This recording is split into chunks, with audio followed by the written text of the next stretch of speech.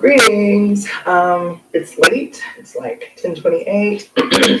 This is another brief quote from The Great Cosmic Mother, Rediscovering the Religion of the Earth by Barbara Moore. And so we're going to get started. So long as governments can control female reproduction in any way, the workforce can be equally controlled.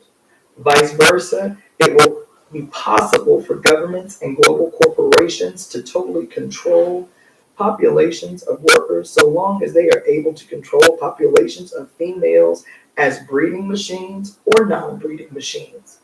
No one can be free unless females are free to control our own sex and our own reproduction. If we don't control our bodies, they are controlled by the boss.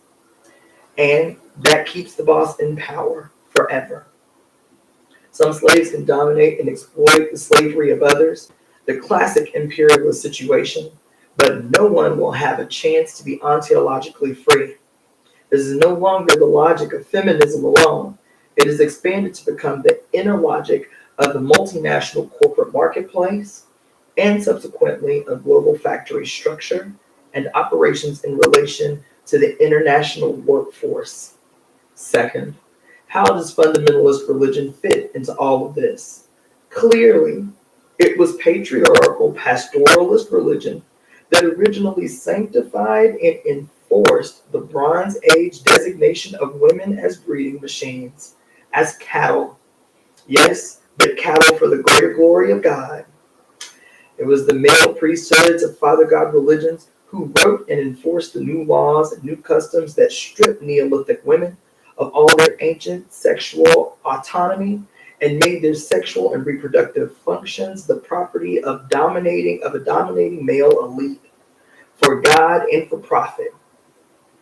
It was the Bronze Age priesthoods of Yahweh in particular who first wrote down and applied moral sanctions and religious justifications for the treatment of women as ontologically inferior beings, sacred only to the extent that we have or should have divine male sperm growing inside of us. In fact, the post-World War II feminism and general desire on the part of many in the Western world to liberalize their religious ideas and in particular demonize sexuality for both sexes, the modern fundamentalist priesthoods have reviewed it strongly, raising the banner of their Bronze Age counterparts 3,000 and 4,000 years ago. Greetings. It's late. It's like 3,000 or 4,000 years ago. The basic tenets of the Bronze Age priesthood being that 1, human sex is sacred only for the purpose of reproduction, and 2, women have nothing to say about it except yes, master. Women, essentially evil, is sacralized, woman, essentially evil, is sacralized only by lifelong sacrificial submission to the male sex and to reproduction. Thus speaketh the Bronze Age holy men of the 1980s.